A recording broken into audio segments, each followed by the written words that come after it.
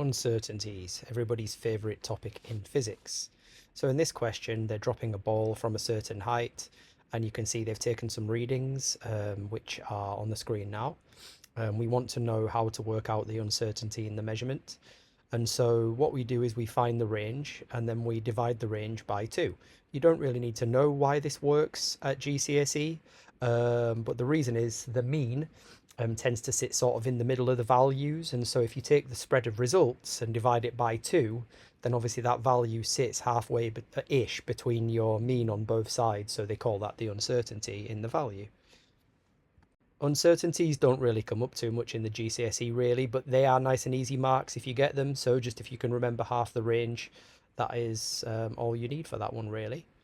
Important that you do learn the difference between random errors and systematic errors though, and that a 0 is kind of an example of a systematic error and why.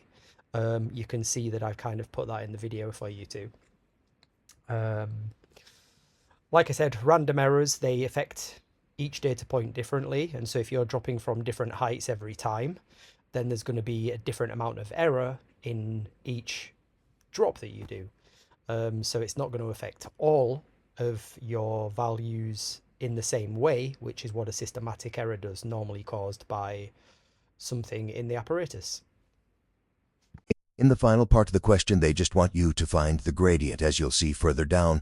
Because the line goes through origin, you don't need to do change in y over change in x. You can just do y divided by x.